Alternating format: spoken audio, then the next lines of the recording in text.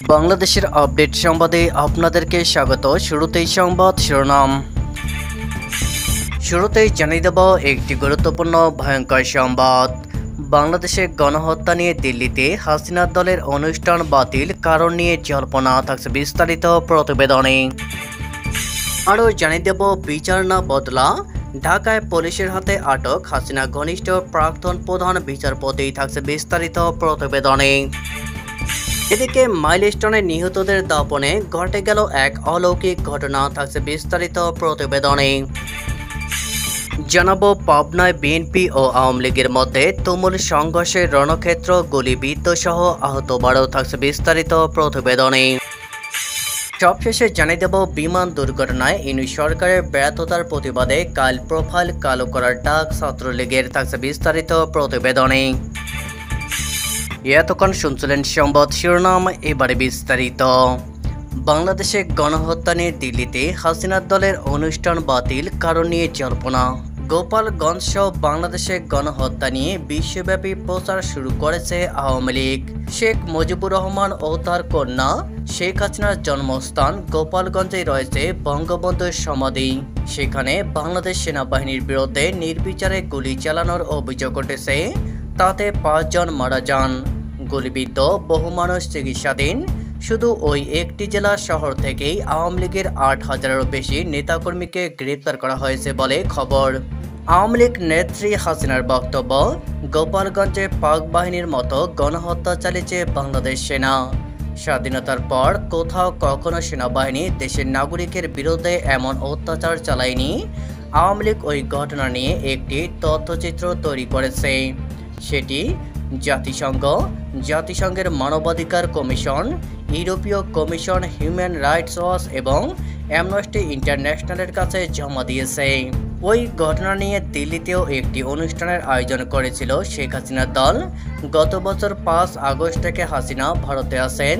তিনি সমাজ মাধ্যমে তার রাজনৈতিক কর্মকাণ্ড চালিয়ে যাচ্ছেন, কিন্তু আওয়ামী লীগ দলগতভাবে কোনো প্রকাশ্য কর্মসূচি পালন করেনি।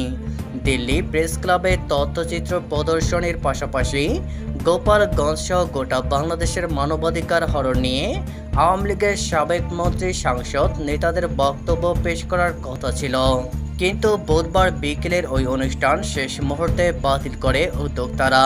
বাংলাদেশ হিউম্যান রাইটস ওয়াচ নামে একটি সংগঠনের ব্যানারে দিল্লি প্রেস ক্লাবে অনুষ্ঠানটি হওয়ার কথা ছিল। উদ্যোক্তারা জানান, ঢাকার উত্তরায় দিয়াবাড়িতে বিমান দুর্ঘটনায় স্কুলের ছাত্রছাত্রীদের মৃত্যুতে শোক জানাতেই তারা অনুষ্ঠানটি স্থগিত করেছেন। যদিও বিমান দুর্ঘটনাটি হয় সোমবার দুপুরে এবং ওই দিন রাতের মধ্যে মৃতের সংখ্যা 27 ছাড়িয়ে যায়। বৃহস্পতিবার চিকিৎসাধীন আরও এক শিশু পড়ুয়া মারা গিয়েছে, মৃত্যু বেড়ে হয়েছে 32। ফলে বিমান দুর্ঘটনার কারণে অনুষ্ঠান স্থগিত রাখার জন্য শেষ মুহূর্তে সিদ্ধান্ত নেওয়ার প্রয়োজন ছিল না। জানা যাচ্ছে, আওয়ামী লীগের ওই অনুষ্ঠান নিয়ে দিল্লিতে বাংলাদেশ হাই কমিশনের পক্ষ থেকে ভারতের বিদেশ মন্ত্রকের কাছে উদ্বেগ প্রকাশ করা হয়েছিল।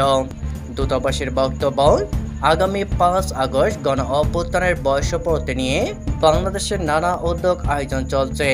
এই সময় সাবেক শাসক দল ঘরোয়া বিষয় নিয়ে দিল্লিতে সরব হলে দেশে তার বিরূপ প্রভাব পড়বে। দুদেশের সম্পর্কের মধ্যেও তার প্রভাব পড়তে পারে বলে আশঙ্কা প্রকাশ করা হয় হাই কমিশনের পক্ষ থেকে। জানা গিয়েছে, বিদেশ মন্ত্রকের কর্মকর্তারা বাংলাদেশ হাই কমিশনের বক্তব্য উদ্যোক্তাদের জানিয়ে দেন। তবে বিদেশ মন্ত্রক অনুষ্ঠান বন্ধ রাখার কোনো পরামর্শ বা নির্দেশ উদ্যোক্তাদের দেয়নি বলে সরকারি সূত্রের খবর। দুই দেশের কূটনৈতিক সম্পর্কের বিষয়টি বিবেচনায় রেখে অনুষ্ঠান স্থগিত রাখার কথা জানানো হয়। ভারত সরকারের তরফে উদ্যোক্তাদের বলা হয়েছিল, বাংলাদেশে কোনো রাজনৈতিক দলের কর্মসূচির কারণে দুদেশের সম্পর্কের ক্ষতি ভারতের কাছে কাম্য নয়। বিচার না বদলা, ঢাকায় পুলিশের হাতে আটক হাসিনা ঘনিষ্ঠ প্রাক্তন প্রধান বিচারপতি। এবার ঢাকা পুলিশের জালে হাসিনা ঘনিষ্ঠ প্রাক্তন প্রধান বিচারপতি ABM খায়রুল হক। বৃহস্পতিবার সকালে ঢাকার ধানমন্ডি থেকে আটক করা হয়েছে তাকে। তার বিরুদ্ধে মোট 3টি মামলা রয়েছে বলেই বাংলাদেশের সংবাদ মাধ্যম প্রথম আলোর সূত্রের খবর। 2010 সালের সেপ্টেম্বরে বাংলাদেশের প্রধান বিচারপতি হিসাবে নিযুক্ত হয়েছিলেন খায়রুল হক। অবসরের পর 2013 সালে শেখ হাসিনার সরকারের জামানায় আইন কমিশনের চেয়ারম্যান হিসেবে নিযুক্ত হন তিনি। পরবর্তীতে কয়েকবার তার পদের মেয়াদ বৃদ্ধি করা হয়, ফলে হাসিনা ঘনিষ্ঠ হিসেবে পরিচিত ছিলেন তিনি। গত আগস্টে হাসিনা সরকারের পতনের পর থেকেই আত্মগোপন করেছিলেন বাংলাদেশের প্রাক্তন প্রধান বিচারপতি ABM খায়রুল হক। ইউনূস সরকার দায়িত্ব নেওয়ার পর থেকেই বারবার চর্চায় উঠে এসেছিলেন তিনি। কেন তাকে গ্রেপ্তার করা হচ্ছে না, সেই প্রশ্ন তুলেছিল খালেদা জিয়ার দল বিএনপি। প্রায় 1 বছরের মাথায় বৃহস্পতিবার তাকে ধানমন্ডির একটি বাড়ি থেকে আটক করে পুলিশ। তাকে রাজধানীর মিন্টো রোডে গোয়েন্দা বিভাগের দপ্তরে নিয়ে যাওয়া হচ্ছে বলে খবর। প্রধান বিচারপতি থাকাকালীন একাধিক গুরুত্বপূর্ণ মামলার রায় দিয়েছিলেন ABM খায়রুল হক। বাংলাদেশের তত্ত্বাবধায়ক সরকার ব্যবস্থা বাতিল মামলার রায় দিয়েছিলেন তিনি। হাইকোর্টের থাকাকালীন শেখ মুজিবুর রহমান হত্যা মামলার রায়ও দিয়েছিলেন। জিয়াউর রহমান বাংলাদেশের স্বাধীনতার ঘোষক নন বলেও রায় দেন তিনি। ফতোয়া অবৈধ ঘোষণার রায়ও দিয়েছিলেন ABM খায়রুল হক। পাবনায় বিএনপি ও আওয়ামী লীগের মধ্যে তুমুল সংঘর্ষের রণক্ষেত্র, গুলিবিদ্ধ সহ আহত 12।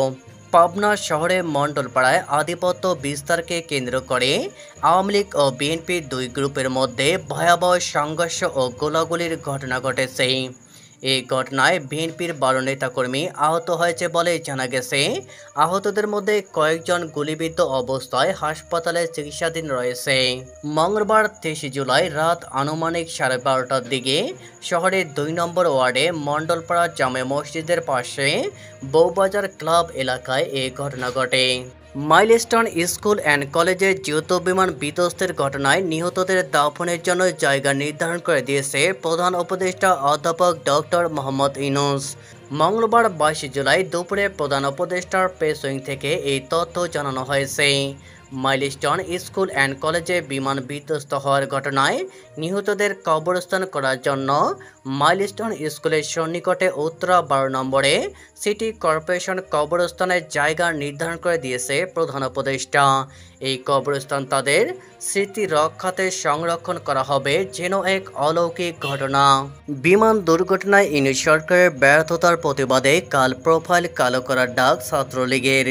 আগামীকাল শুক্রবার বাংলাদেশের সোশ্যাল মিডিয়া ব্যবহারকারীদের প্রোফাইল কালো করার আহ্বান জানিয়েছে বাংলাদেশ ছাত্রলীগ।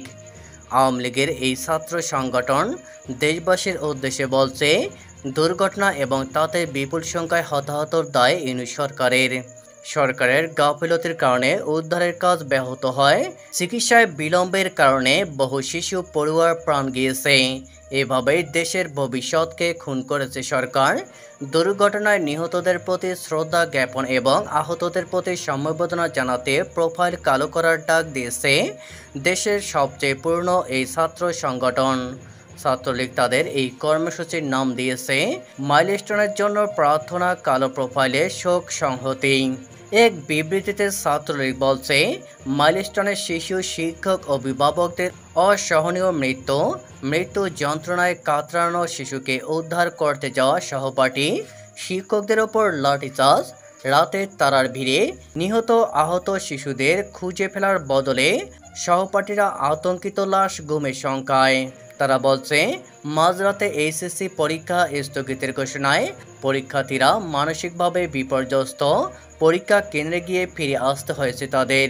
সচিবালয়ে শিক্ষার্থীদের ওপর লাঠিচার্জ, গুলি, পরিচয় নিয়ে প্রশ্ন তুলে হামলা চালানো হয়। ছাত্রলীগের বক্তব্য, এই পরিস্থিতিতেও রাষ্ট্র দখলকারীদের হাসিমুখে খোশ গল্প করতে দেখা গিয়েছে। তাতে পদদলিত হয়েছে রাষ্ট্রীয় শোক। অব্যবস্থাপনায় মৃতের সংখ্যা বৃদ্ধি পেয়েছে। ছাত্রলীগ আগামীকাল মসজিদে দোয়া, মসজিদ, গির্জা, প্যাগোডা, উপসালয়ে প্রার্থনার আয়োজন করার আহ্বান জানিয়েছে।